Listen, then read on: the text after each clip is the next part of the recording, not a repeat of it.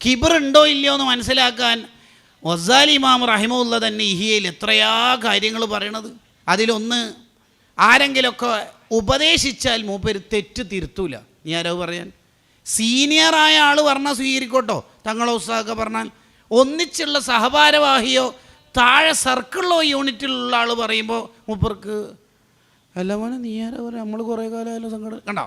അതാ ഒരു മട്ടം, അതൊരു പ്രശ്നമാണ് സംഭവം. ജൂനിയറായ ആൾ പറഞ്ഞ് തെറ്റാണെങ്കിൽ അത് തിരുത്തൂല മൂപ്പര്. എൻ്റെ അടുത്ത് ഇപ്പോൾ ഒരാൾ പറയും നിങ്ങൾ ഓതി ആയത്ത് തെറ്റാണെന്ന്, സ്വീകരിക്കല്ലേ വേണ്ടത്. ഇഹിയാ ഉലൂമുദ്ദീൻ പറയേണ്ടത് രണ്ട് കാര്യം പറയണം. ഒന്ന് പറയേണ്ടത് ഞാനത് ശ്രദ്ധിച്ചില്ലായിരുന്നു.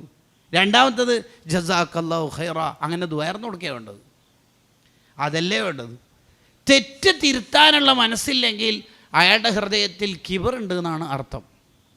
അല്ലാഹു കാത്തിരക്ഷിക്കട്ടെ. ക്യാൻസർ മാറട്ടെ എന്നാൽ ഇവിടുന്ന് ദ്വാരത്തിനെങ്കിൽ നിങ്ങൾ ആമീൻ ഈനേക്കാൾ ഊക്കുണ്ടാവും. പക്ഷെ തമ്മിലുള്ള അന്തരം മനസ്സിലാവാത്തതുകൊണ്ട് അത്ര ഊർജം കിട്ടാത്തത്.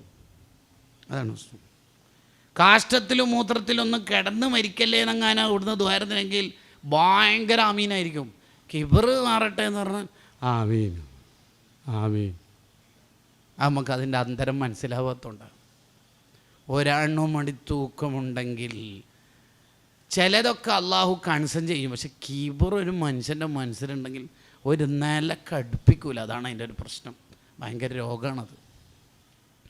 രണ്ടാമത്തെ ഒരു അലാമത്താണ് വീട്ടുജോലി ചെയ്യാൻ മൂപ്പർക്ക് ഭയങ്കര മടിയാണ്. വീട്ടുജോലി ചെയ്യാൻ മൂപ്പർക്ക് ഭയങ്കര മടി, ഒരു നാണക്കേട്, ഒരു ചമ്മൽ. അത് കിബറിൻ്റെ അലാമത്തായിട്ടാണ് മഹാനവറുകൾ പരിചയപ്പെടുത്തുന്നത്. ഞാനാ ബാത്റൂം കഴുകാനാ, നീ എന്താടി പറയുന്നത്, എനിക്കൊരു പ്രസ്റ്റേജ് ഇല്ലേ? അങ്ങനെ മൂപ്പർക്കൊരു തോന്നൽ. നബി സല്ലല്ലാഹു അലൈഹി വസല്ലം നിങ്ങൾ ആടിനെ കറക്കും, അടുക്കള അടിച്ചു വരും, പാത്രം കഴുകും, ആയിഷ ബീവി കുടിച്ച പാല് ബാക്കി കുടിക്കും, ആയിഷ ബീവി കടിച്ച ബാക്കി മാംസം കടിച്ചു തിന്നും, എല്ലാം ചെയ്യും കേട്ടോ. ഇമാം ഷഹറാനി റളിയല്ലാഹു അൻഹുവിനെ അറിയില്ലേ? 300 കിതാബ് ഈ ലോകത്തിന് സംഭാവന ചെയ്ത അതുല്യ പ്രതിഭയല്ലേ. അവരുടെ വൈഫ് അസുഖമായിട്ട് കിടത്തത്തിലായപ്പോൾ മൂത്രവും കാഷ്ടമൊക്കെ കിടത്തപ്പായി തന്നെ, അത്രയും എഴുന്നേൽക്കാൻ പറ്റുന്നില്ല മഹദിക്ക്. അന്നേരം ഷഹറാനി ഇമാം ഈ 2 കൈ കൊണ്ട് മുഴുവൻ വൃത്തിയാക്കിയാളാണ്. എന്തിനധികം എന്നറിയോ? പാതിരാക്ക് കുട്ടി കരയുന്ന സമയത്ത് ഷഹറാനി ഇമാം ആ കുട്ടീൻ്റെ അടുത്ത് മെല്ലെ അപ്പുറത്തേക്ക് പോവും. എന്നിട്ട് ഉറക്കാൻ ശ്രമിക്കും. എന്തിന്? എൻ്റെ ഭാര്യൻ്റെ ഉറക്കം വിഷമണ്ട, ഓൾ ഉറങ്ങിക്കോട്ടെ എന്ന്. കിബർ ഒരു ലെവലേശമില്ലാത്ത സ്വാലിഹീങ്ങളുടെ ചരിത്രമാണിത്. സുബ്ഹാനല്ലാഹ്. മൂന്നാമത്തത് വീട്ടിലേക്കുള്ള അവശ്യ വസ്തുക്കൾ വാങ്ങിക്കൊണ്ടുവരാൻ ഒരാൾക്ക് ഭയങ്കര നാണക്കേടും മടിയും. അത് കിബറിൻ്റെ അലാമത്താണ്. ഞാൻ ടൗണിൽ പോകാനാ, നീ എന്താ മോളെ പറയുന്നത്?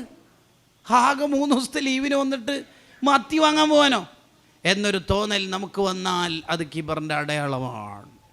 അഹ്മദ് ബിൻ ഹംബൽ റളിയല്ലാഹു അൻഹു ബത്തക്കയും അല്ലെങ്കിൽ പച്ചക്കറി ഐറ്റംസൊക്കെ എടുത്ത് നടക്കാറുണ്ട് എന്ന് ആ കാലത്തെ ആൾക്കാർ അഹ്മദ് ബിൻ ഹംബൽ തങ്ങളെ സാക്ഷ്യപ്പെടുത്തുന്നുണ്ട്.